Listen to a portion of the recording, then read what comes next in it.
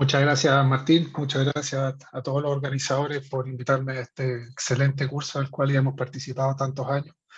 Y me tocó partir con la charla introductoria de un tema que es muy bonito, que es el shock cardiogénico, porque es un tema que junta y es un tema que se trabaja en equipo en los diversos actores, principalmente del Departamento de Enfermedades Cardiovasculares, cirujanos, hemodinamistas, cardiólogos clínicos, intensivistas, etcétera. Entonces, es un lindo tema porque se trabaja bastante en equipo y eso mejora los resultados. Y como les dije antes, vamos a hacer la charla introductoria con respecto a la epidemiología, fisiopatología y diagnóstico diferencial del shock cardiogénico. Cuando uno empieza a revisar sobre el shock cardiogénico, uno de los papers que leí me encantó esta frase. Dice, el shock cardiogénico es la principal causa de muerte de los pacientes con infarto agudo miocárdico que llegan al hospital vivos. Y su incidencia se ha mantenido constante en los últimos 20 años. Y esas son dos cosas que son tremendamente relevantes en la forma que nos estamos aproximando al shock, porque a pesar de todos los avances, tanto en el manejo del infarto como en el manejo del shock, la incidencia de esta enfermedad sigue siendo más o menos estable y además su mortalidad sigue siendo alta.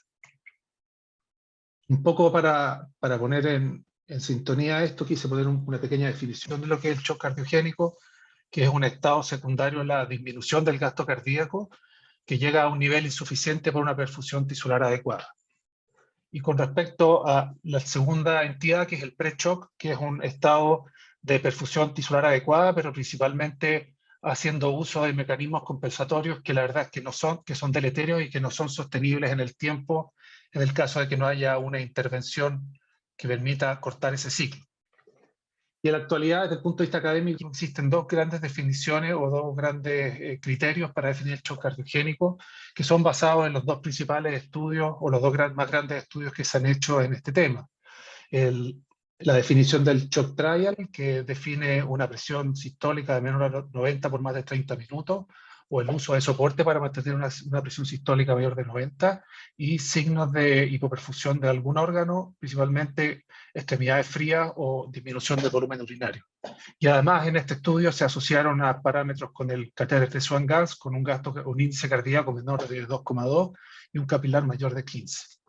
Por otra parte, el shock 2 tuvo criterios un poco más de laboratorio para definir la hipoperfusión, pero con criterios clínicos para definir la congestión. Entonces, con respecto a la presión o al uso de drogas, se mantiene igual, pero en estos pacientes se pedía que hubiera congestión pulmonar clínica y signos de disminución de la perfusión de órganos blancos, ya sea alteración del estado mental, alteración de la perfusión de extremidades, disminución del volumen urinario o un lactato elevado.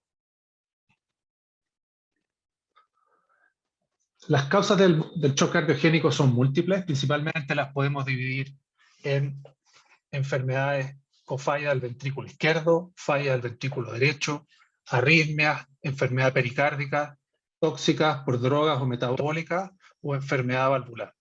Con respecto a las del ventrículo izquierdo, las más frecuentes son el infarto agudo del miocardio, las miocarditis, las cardiomiopatías progresivas o el Takotsubo, que son de las más frecuentes. El ventrículo derecho, las más importantes siguen siendo el infarto agudo del miocardio con compromiso del ventrículo derecho o la embolía pulmonar. Las arritmias pueden ser taquis o bradiarritmias que se mantengan por tiempos prolongados o con frecuencias cardíacas extremas. El taponamiento cardíaco, el uso de quimioterapia, enfermedad tiroidea o el uso de bloqueadores del calcio, y las enfermedades valvulares, tanto estenosis como insuficiencia progresiva o las insuficiencias valvulares agudas, como es el caso de la endocarditis.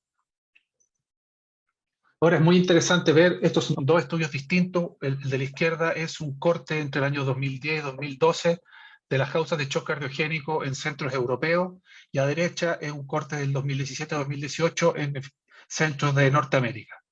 Y como pueden ver, en los primeros 2 años de la década del 2010, podemos ver que el 80% de los shocks cardiogénicos eran secundarios a síndromes coronarios agudos, seguidos por complicaciones mecánicas del infarto.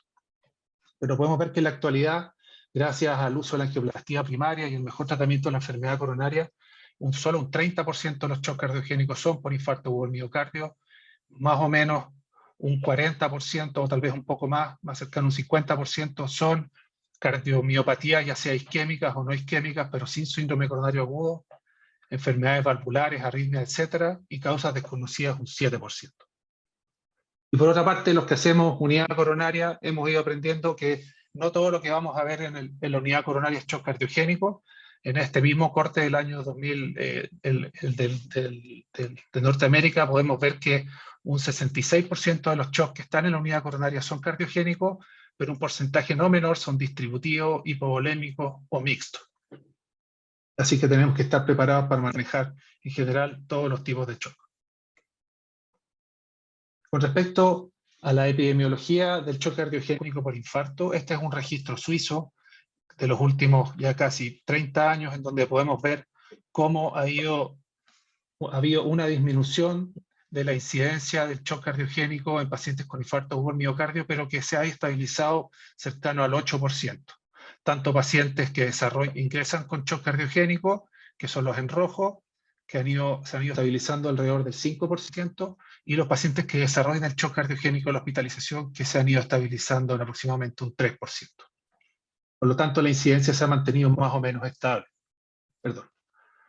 Y con respecto a la mortalidad, en este mismo grupo podemos ver que pese a que a finales de los años 90 la mortalidad era cercana al 60%, la mortalidad sigue siendo muy alta. Estos son pacientes nuevamente con shock cardiogénico secundario infarto. La mortalidad sigue siendo muy alta y se ha ido estabilizando entre un 40 y un 50%. Independiente si el shock se desarrolla en el hospital o al ingreso. Aquí podemos ver un poco la diferencia entre los pacientes que tienen shock cardiogénico secundario infarto o no secundario infarto. Aquí podemos ver que la sobrevida en pacientes con shock cardiogénico secundario infarto, que son los pacientes en rojo, es cercana al 50%, y los pacientes que tienen shock cardiogénico no isquémico o no secundario infarto es cercana al 70%. Y acá lo podemos ver lo mismo en pacientes con infarto agudo del miocardio, ya sea en la UCI o en la hospitalización, la mortalidad es cercana al 35%, en los pacientes que no son secundario infarto es cercana al 30%, y con los mixtos la mortalidad intrahospitalaria es cercana al 40%. Por tanto, el shock cardiogénico es una enfermedad de una muy alta mortalidad. Y en los últimos años, el año 2019, el SCAI presentó esta clasificación de etapas del shock, principalmente en búsqueda de lograr una investigación más eficiente y adecuada del shock cardiogénico, porque los estudios son demasiado heterogéneos para poder definir el grado de gravedad con el que ingresan los pacientes, y dos, para evaluar en qué momento es más útil iniciar ciertas terapias como los soportes mecánicos. Y aquí podemos ver los pacientes del nivel A, que son los pacientes en riesgo, que son los pacientes, por ejemplo, que se presentan con un infarto parenterior o un infarto grande, o que ya tenían enfermedad coronaria y tienen un nuevo infarto. El estadio B, que son los pacientes que tienen signos de hipotensión o taquicardia sin signos de hipoperfusión, que se llama al principio o beginning. Después el C, que es el clásico shock cardiogénico, en donde hay hipotensión y hay signos de hipoperfusión. El D son los pacientes que se están deteriorando, que son pacientes que están yendo hacia abajo y que están requiriendo aumento progresivo de las drogas vasoactivas, y que el paciente no está respondiendo a las terapias de intervención inicial.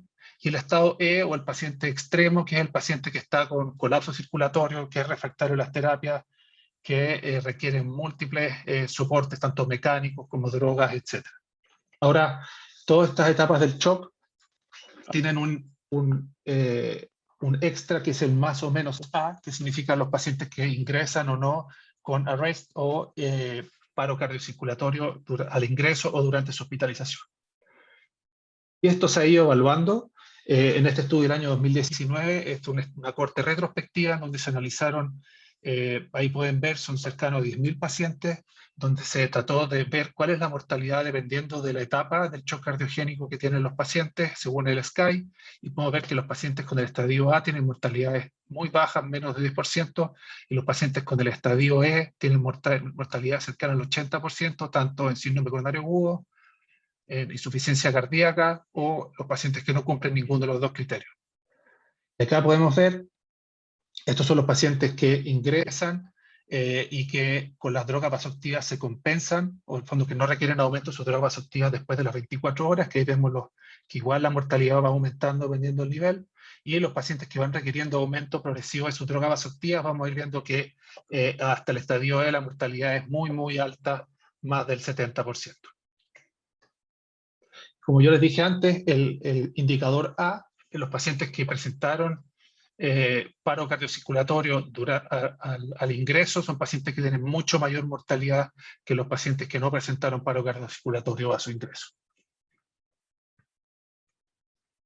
Y en segunda parte vamos a hablar un poco de la fisiopatología y vamos a ocupar estas curvas de relación presión-volumen que son parte de la pesadilla de todos los becados de cardiología.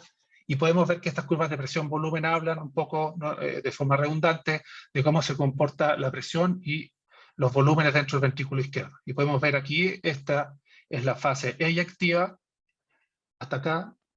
Esta es la contracción isovolumétrica, la fase eyectiva, la relajación isovolumétrica y el llenado, ¿ya? Lo más importante son estas, la relación presión-volumen de fin de diástole, que habla de la distensibilidad del ventrículo izquierdo, y esta es la relación presión-volumen del fin de sístole, que habla de la contractilidad del ventrículo izquierdo.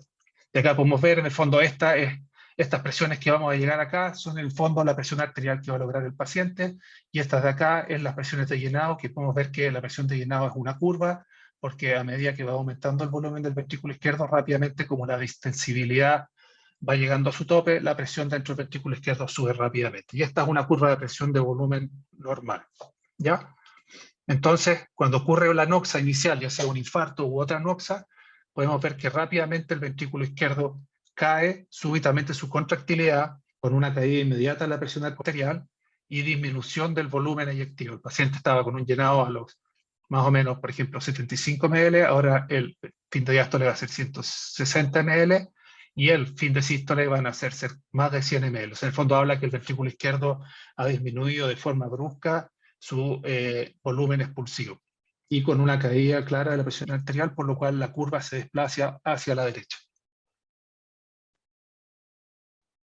Ahora, en la primera fase del shock cardiogénico, lo que hay es un intento de compensación neurohormonal.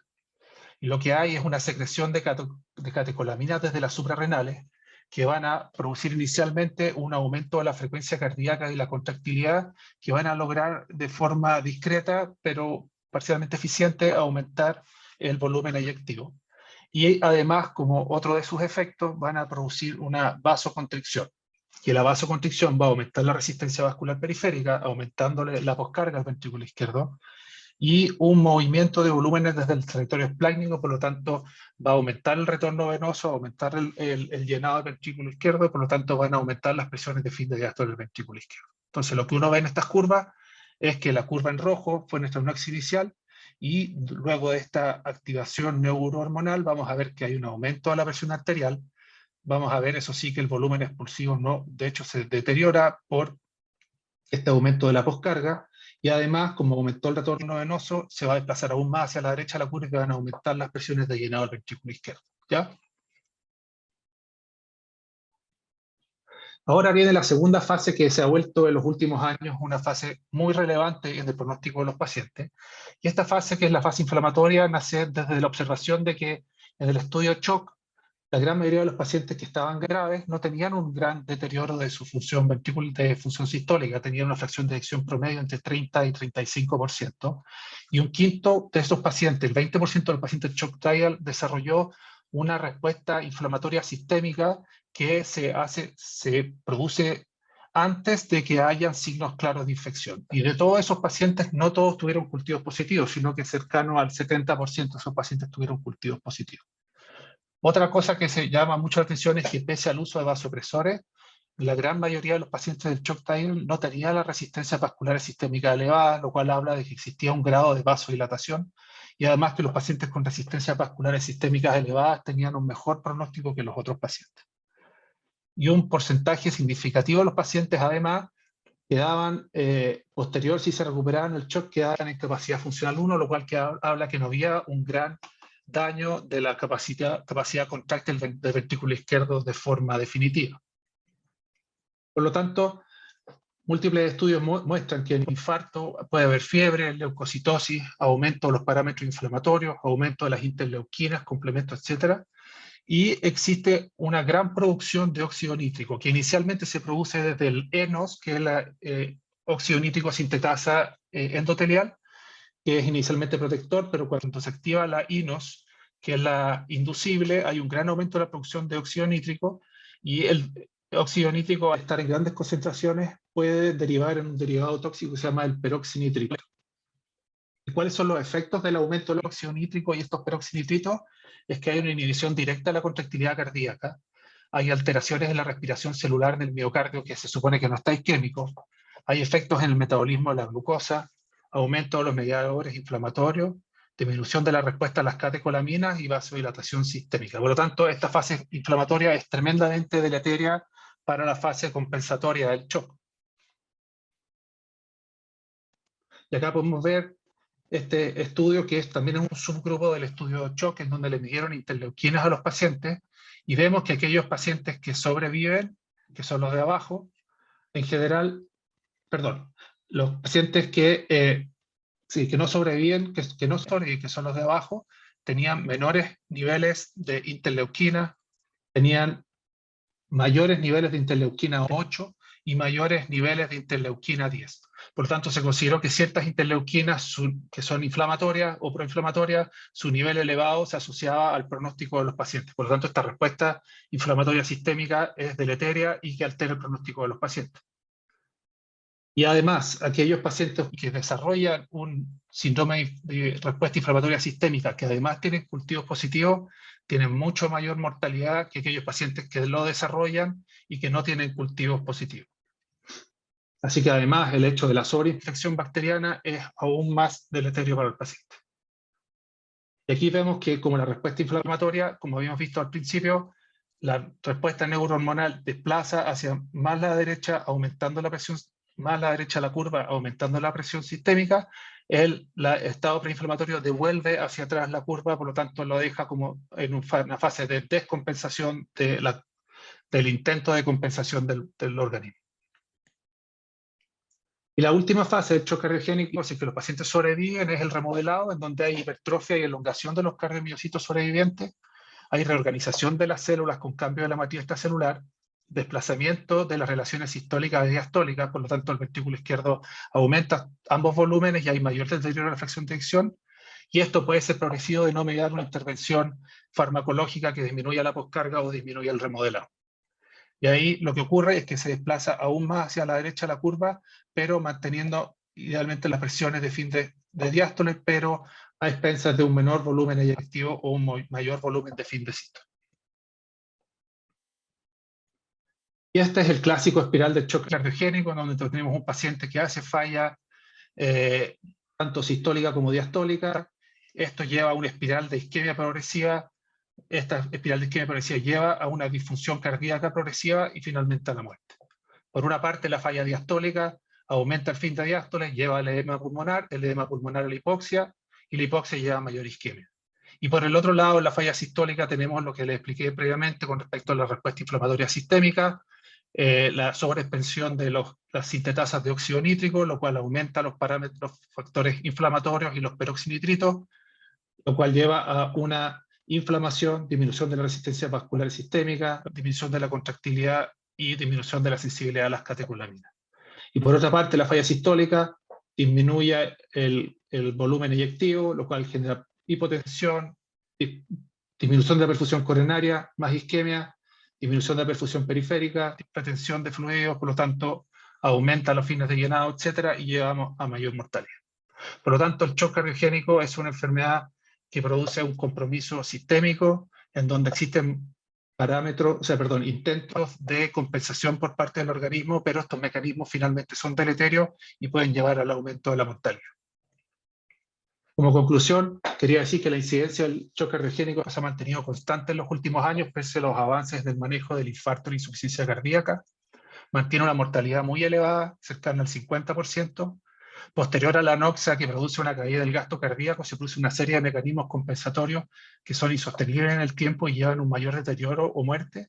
Y la inflamación tiene un rol preponderante en el deterioro de estos pacientes. Muchísimas gracias.